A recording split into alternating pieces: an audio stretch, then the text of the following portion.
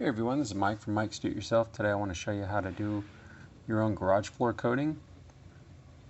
Now I'm going to start by vacuuming and sweeping the concrete. And you just want to make sure your concrete is nice and cured, meaning that there's no more moisture in your concrete. So it could be, depending on the humidity and the moisture in the air, it could be up to 30 days after your concrete is poured before you want to start this project.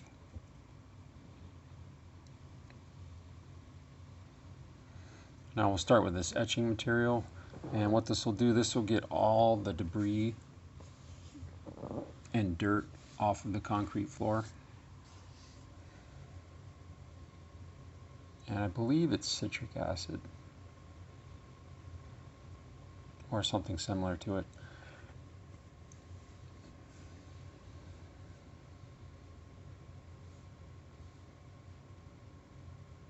So after you vacuum the floor, and you may need a scraper to clean up any, if there's drywall or putty or anything on the floor, you might need a scraper just to get all that off. And once all that's off, and once the floor has been swept, and like I said, I vacuum out the corners and the edges. And then you'll put the etching material in the water. And usually it's about a gallon of water. And you just mix that up. And then if you have a scrubber, you go ahead and just start at one corner. Just scrub all the way. And I have a big broom. You can use a big broom also. And just keep scrubbing until most of the dirt looks like it's up.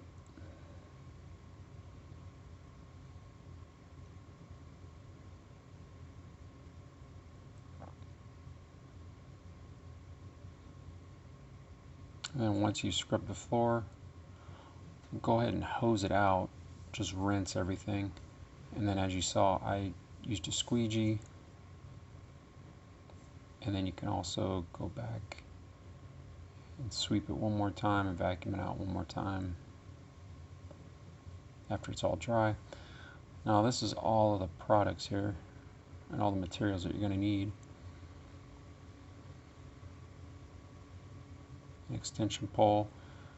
Those are the chips for the surface, on top of the surface. And that's the 2-part bag. Paintbrush, roller, scissors, and a pan.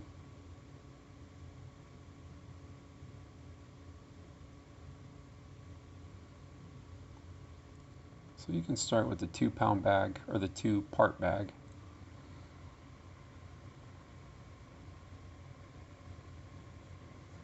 And you may want to pour that into that pan,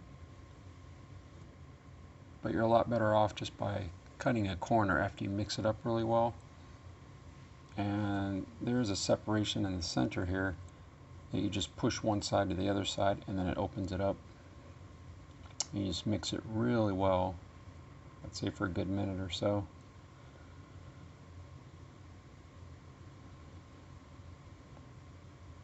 And then once it's all mixed up, you can start pouring just a little bit at a time.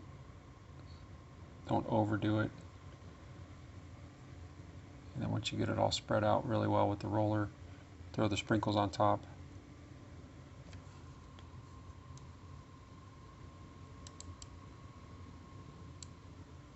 And you can see how it turned out. It turned out pretty good. There were some spots that were a little thin, and you'll see those here in a second.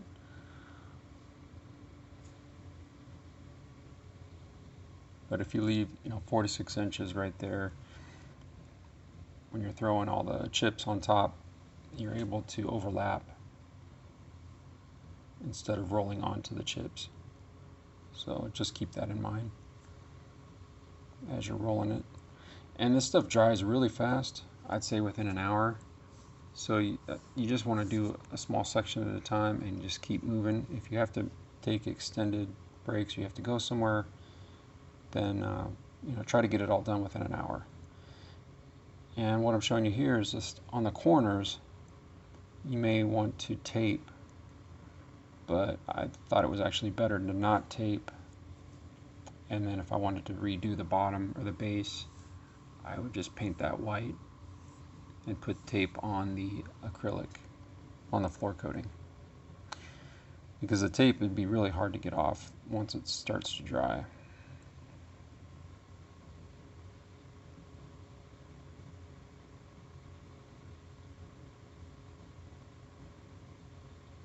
And I like taking the floor coating all the way to the edges, so I like it better this way where it's all the way to the edges.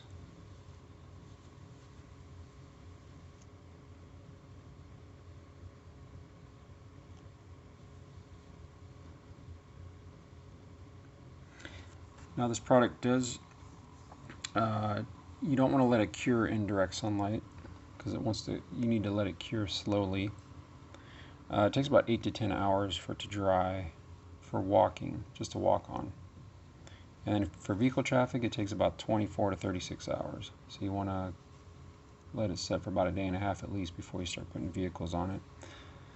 Now you can see here some of these areas are a little thin, and if you try to go over it again, it'll just add an extra layer on top of this. So try to do a decent layer your first time around. That way you don't have those, say, the lighter blue spots that I'm showing you. That's what will happen if the material is a little bit thin.